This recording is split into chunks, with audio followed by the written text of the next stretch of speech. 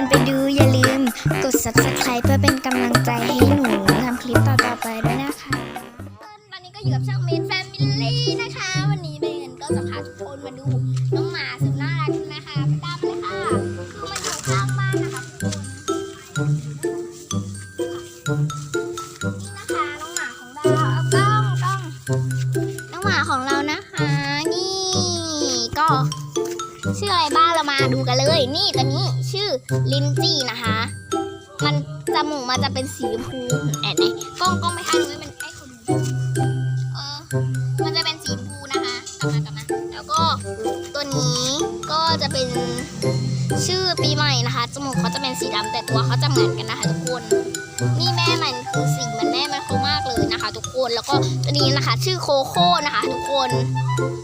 น่ารักมากคือมันดูนมแม่นะคะ